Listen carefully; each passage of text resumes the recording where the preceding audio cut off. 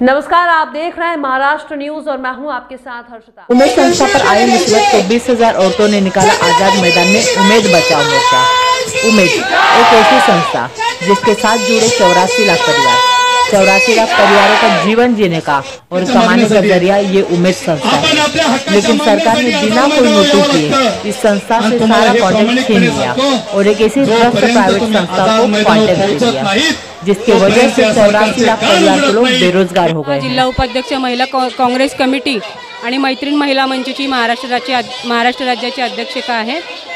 आज उमेद ही संस्था शासनाचं खूप मोठं काम करत आहे आणि या शासनाच्या कार्याला हातभार लावत असताना 84 लाख कुटुंबाचा प्रश्न आहे। 84 लाख कुटुंबाबरोबर 84 लाख महिलांचा प्रश्न आहे, त्यांच्या रोजगाराचा प्रश्न आहे आणि विना इंटिमेट यांच्याकडून ते कंत्राट काढून घेण्यात आलं आणि सगळ्या महिला माझ्या बेरोजगार झालेल्या आहेत।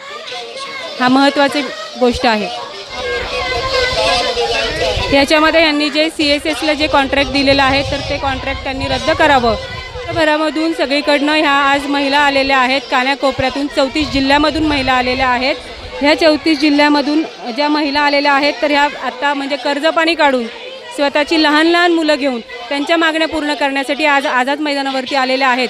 इथे आत्तापर्यंत बरेचसे राजकारणी येऊन गेले, पण प्रत्येकजण आश्वासन देऊन गेले, प्रत्येकजण सांगून जातोय की 5 जणांची कमिटी या आणि आमच्याकडे या आणि बसा। अशी गोष्ट होणार नाही। मला न्यूजच्या माध्यमातून सांगायचं आहे की तुम्ही तुमचा निर्णय घ्या, महिलांची संवेदनशीलता ओळखा आणि त्यांना त्यांचा न्याय मिळवून द्या। तुमचा निर्णय घ्या आणि तुमचा निर्णय घेऊन तुम्ही इथे आमच्या व्यासपीठावरती या। तुमचं स्वागत आहे।